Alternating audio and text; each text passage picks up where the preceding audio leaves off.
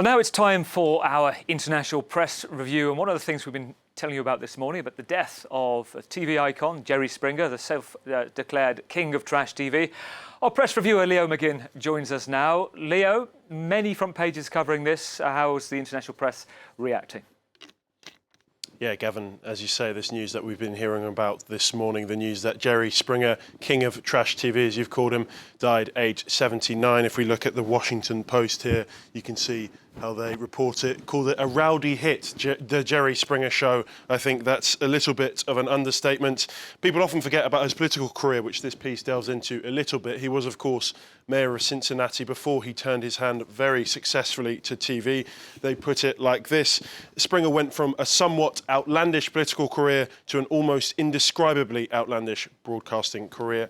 The Washington Post also have this long read here. They call Jerry Springer TV's master of trash. They note that when others went low, Jerry Springer always managed to go that bit lower. While he didn't invent the genre of trash TV, he certainly perfected it.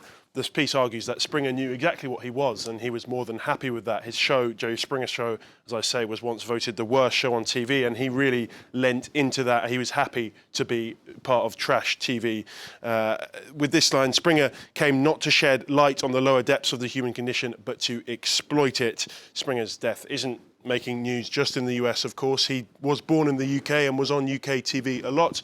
The Guardian have this homage to him. A look at some of his most outrageous TV moments. I'll take you through three of them here. This one, of course, a classic of the genre. I slept with 251 men in 10 hours. This one, an episode where Jerry Springer actually came to blows when he confronted a racist family. And the last one, my personal favourite, Gavin, I married a horse. Short and sweet Missouri farmer who married his horse Pixel, and they lived happily ever after. Yeah. Early days of clickbait there. He might have been happy. Let's see how the horse was after those years. Well, let's look at the UK, because the chairman of the BBC, there's a whole report about him due to be published today. It looks at the independence read at the BBC and how close this man was to the then Prime Minister, Boris Johnson. Talk us through this. Yeah, if we look at the front pages of the British press, we can see a couple of them carrying this story. The Daily Telegraph have it here. BBC Chairman Sharp breached rules over Johnson loan. So this is the supposed loan that Richard Sharp supposedly helped then Prime Minister Boris Johnson secure, an £800,000 loan. The Times also carry it as one of their headlines. They say BBC chairman braces for results of damning investigation. Of course, no one's actually seen a report yet. The Times claim they have seen an extract, and it doesn't look good for the BBC chairman. It all revolves around this loan, as I say. It was before he was the chairman of the BBC, but when he applied for that job, he didn't disclose it to the appointments panel. Investigation and whether he should have disclosed that is due to be published today, as you say. A separate committee has already said that this whole affair was a breach of the standards expected and a significant error of judgment. The Labour Party have said, how can Mr Sharp go on in his role? And the BBC have also published they're commissioned a separate inquiry into if there was any potential conflicts of interest in Mr Sharp's role as chairman of BBC. Can we also talk about India? Because a lot of papers are picking up on this women's cricket league that's getting a lot of attention because it's changing the lives of many young girls in the country. Yeah, Gavin, look, I'm used to seeing cricket on the back pages, normally of the UK press. Never seen it on the New York Times before. This is the front page of the New York Times. You can see young girls playing cricket there. As you say, this all revolves around the Women's Premier League, an Indian cricket league, which has become the second most lucrative women's sports league in the world, worth over $500 million.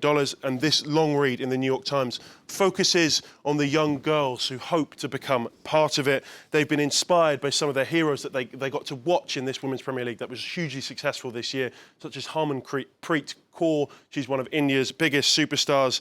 And these girls, they're training in their local villages, and some of them are hoping to get away from the boredom and sometimes poverty of their local villages. And who knows, maybe in 10 years' time we'll be seeing some of these girls on the big screen and playing in the Women's Premier League.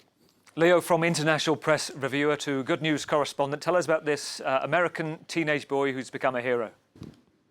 Yeah, Gavin, I thought I'd leave you with a bit of good news. Why not? This is the story of Dillon Reeves. If we look in the New York Post here, 7th grader stops school bus after driver passes out. So the driver of his school bus lost consciousness. Dillon noticed, went up to the front of the bus and managed to stop it all by himself, avoiding a possible crash. He said he knew what to do because he watches his mum drive every day. I can actually show you the video. It was posted by Dillon's school. This is the video here, so you can see the driver loses consciousness. Dillon comes to the front and manages to bring the bus to a safe stop, and then calls for his classmates to call 911. There was a ceremony at Dillon's school. The local community all came together to celebrate Dillon. And just to add, the driver of the bus is still in hospital, but in a stable condition. And it was a scary moment for all involved, Gavin, but thank God Dillon was on hand to save the day. What a genuine hero story. Leo, thank you. Stay with us here on France 24 and live from Paris. We'll keep you updated with what's going on in Sudan. This supposed ceasefire in name, yet shellfire and airstrikes still going on in Khartoum. We'll be back in a few moments.